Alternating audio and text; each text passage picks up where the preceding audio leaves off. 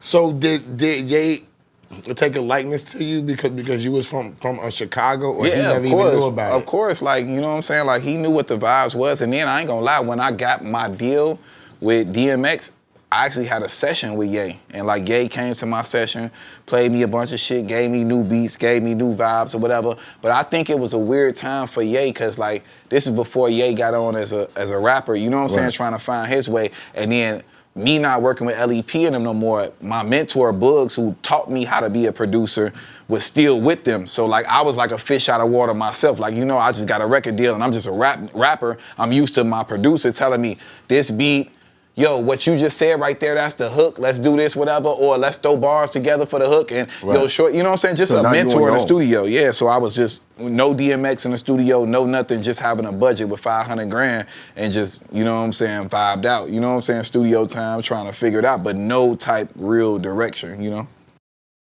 Amazing, bro, like, how? I mean, they was giving a lot of money away back then, man. And a lot of people was getting deals. They was getting publishing deals with no placements. I got big draws, a fucking publishing deal for like 500 grand.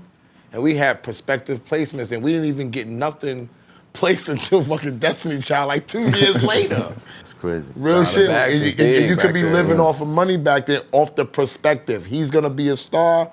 I'll give him $2 million. I'm not even gonna take that much credit for it. I think that DMX was that hot back then that when he did his label deal for Bloodline, it was already etched in stone. Like how I do my label deal right now, whatever, I know that my artist is gonna get this advance, it's already laid out. You know what I'm saying? You can sign these many artists with this type of, you know what I'm saying, funding, this overhead, you know what I'm saying? It's laid out in your contract when you do your label deal. So I think that was just the fucking blessing of just being around DMX. Were you learning the business at this time? Fuck also? No. I just told you I was getting drunk, drinking tequila, nigga, with a dog and smoking blunts and cigarettes everywhere. What are you talking about? I was little DMX. Yo, this is crazy. I mean, shit. So when you came out of Bloodline, what was next? No. How did you come out of Bloodline? Oh, shit. So, like, damn. So I remember my last great experiences with X. We was in Toronto.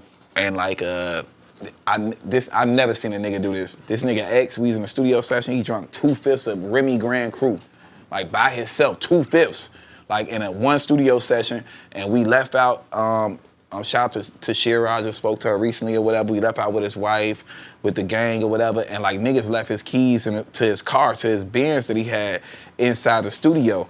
The nigga was so in his bag, and he's such a dog that the nigga was like, hey, yo, leave me the fuck alone real quick. Nigga laid down, was like, was crying like a dog, nigga, and just went to sleep, nigga, on a corner, nigga, by his car, nigga, on the sidewalk or whatever. And niggas was like, you don't wake up the dog when he's sleeping. Boy, we stayed out there for like 5 hours while that nigga just slept by his Benz, nigga, the whole shit. And like, that was the last memory. So I didn't have no producer, so I left Toronto. So being that he was your idol, when you saw that, in your mind, was you like, nah, I'm not doing that shit? No, this is DMX. He's a dog, nigga. What are you talking about? Like, this is not, he's the dog. Everybody's following like the somebody rules. Like, you said you don't wake up the dog. And he's cool with that. They dead ass serious said that. You do not wake up the dog when he sleep, boy, the whole crew, nigga, the same way. We just strolled in here with all my peoples and my niggas, boy, we sat out there and wait till that nigga woke up. Ain't nobody leave, nigga. It was I right never there. heard. That's crazy. Rest in peace to X. Nah, hell yeah. Given that we know the history now of like the drug abuse and all that stuff. I never knew. You never saw Never it. seen it. He never did it in front of you. Liquor and weed. You know he used to have his blood. He called it blood. This back when niggas was still drinking Alizé. He would mix the Remy with the Alizé and a water bottle and call that shit blood. And that's like, you know what I'm saying, how I went. So from there, I go back to Edgewater, New Jersey, and I was just lost in the sauce, my brother. You know what I'm saying? Like, I love music, but I didn't have a producer. I was just a rapper at the time. You know what I'm saying? And taking up out of that, like, and then also to sprinkle it in, like I did. If y'all want to go check it out while y'all watching, it's called Dog for Life. Me featuring DMX. It was on the Exit Wound soundtrack. Right. We did that while we was in Toronto or whatever. And like, y'all go listen to that shit, cause I sound like a fucking chipmunk on that shit. Like I sound like a kid, like for real, for real. So did the label get dropped or? No. Look, I'm gonna tell you. So I go back to Chicago, back to LEP, to all the niggas that I went through all that bullshit with, because my mentor, Bugs, was the producer. And I couldn't really make music without him. So I swallowed the bullet like, man, yo, nigga, we went through our trial and tribulation. You know, niggas gonna fight regardless. You know what I'm saying? Yeah. I'm from Chicago. Like, you know what I'm saying? I done seen niggas throw hand and break a nigga jaw and be friend with a nigga, you know what I'm saying, after the fact.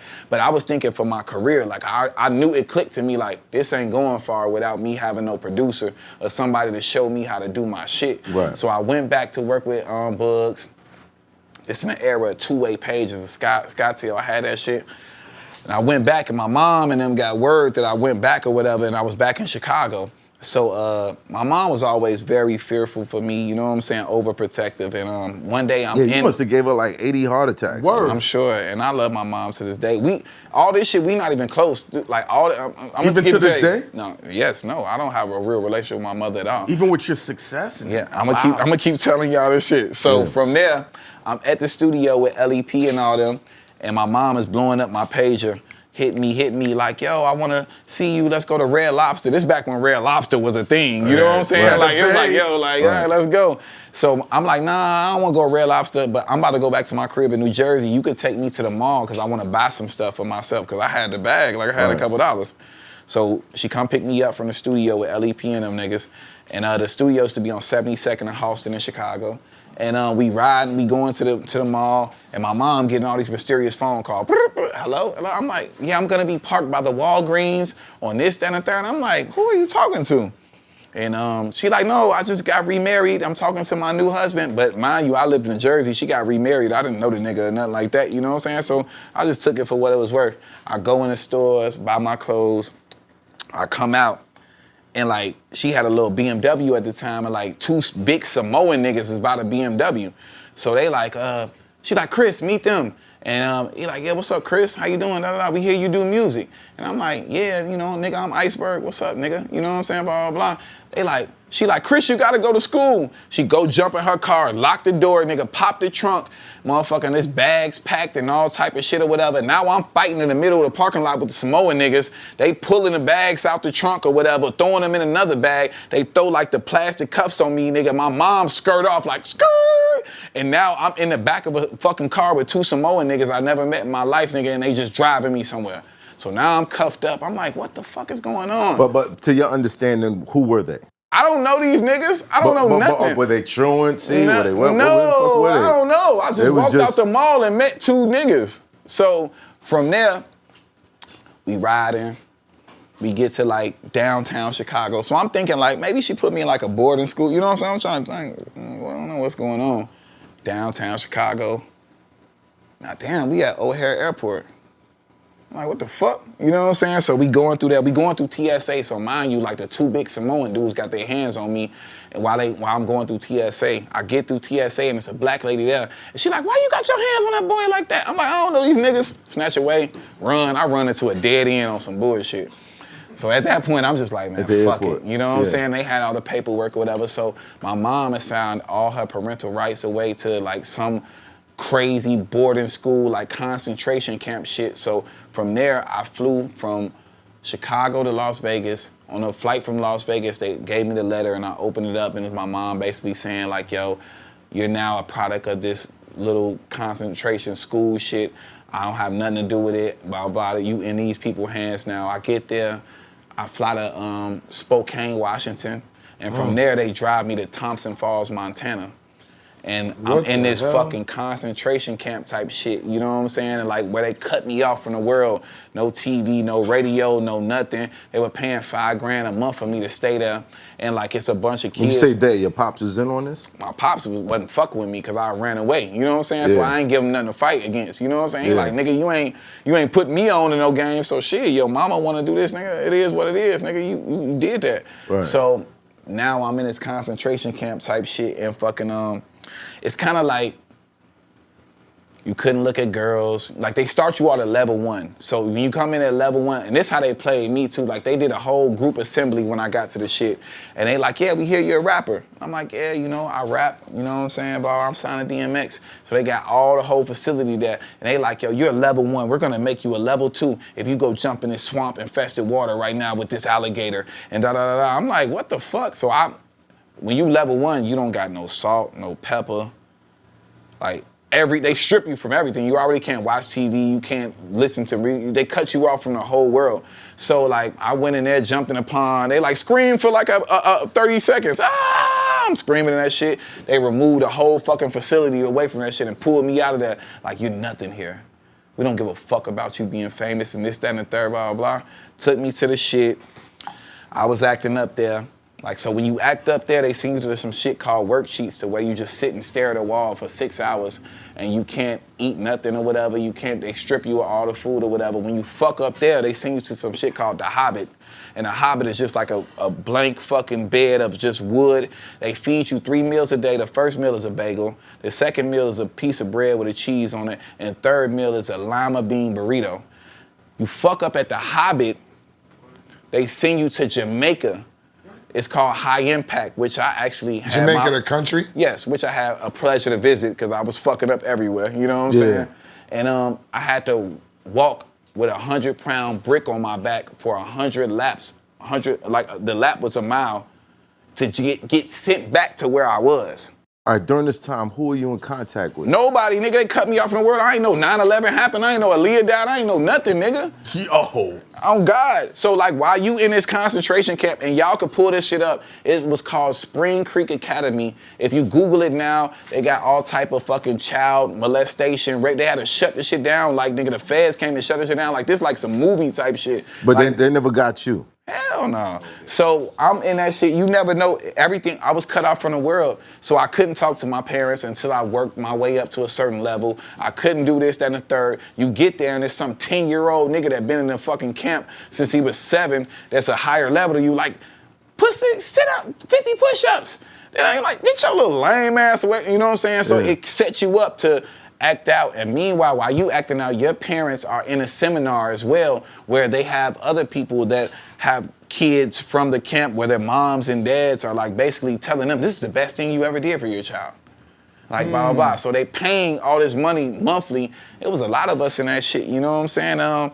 And out the blue, like, I ain't gonna lie, my dad just came and got me on some shit. Like, man, like, fuck that. Like, you know what I'm saying? Kind of went against my mom, like, you know what I'm saying? Because these people were doing people dirty. Like, you'll be in this program for so long, and like when you turn 18, you get out the program, but your exit plan could be like $50 in a bus ticket. And that's just it, nigga. And you just there. Yeah, I ain't know 9/11 happened. I ain't know nothing. I was cut off it from like the whole world. School or anything in that shit? You know, schoolish. Yeah, schoolish. Yeah. From what How year long to were what you there? year? Yeah. I was there for like almost a year. I was there for like 10 months, and my dad came and got me. Like, I'll never forget it. He came and got me, and this shit like a movie. He took me to like Target or Best Buy, some shit like that or whatever. I bought Nas, I bought the Blueprint, and I bought Nas album. I forget, Got Yourself a Gun, whatever Nas album that was, or whatever, with one mic and all that, Still Matter. I bought them, and I didn't know Aaliyah died. Remember, I was with DMX, nigga. Aaliyah tatted on the back of my neck. Yeah, like, yo, what? Hold on, you was there. Nas This is Jay-Z. When they were shooting. The ethers on that shit. Aaliyah was at the What These Bitches Want From a Nigga video shoot. She was one of the nicest women I ever met in my life. She was there with X, you know what I'm saying? Like, so I didn't know none of this shit had happened. And like, I just went from having a record deal to be stripped from all that shit, and my dad came and got me, and that's kind of how I like left that, and that's how I lost my deal with DMX. Is this the reason that you and your mother don't have a good relationship? It's a layer of the cake. Was there any appreciation for that? On my end? Yeah. Now being an adult, looking back. Being 13. Yeah. Drinking, smoking, all over the, you know what I mean? You like, were wild for a at that. parent, for a parent, that's a nightmare, bro. That's Looking like, back on what the hell? perspective, she might have, you know, saved my life indirectly because of the people that I was around. You were rolling with criminals.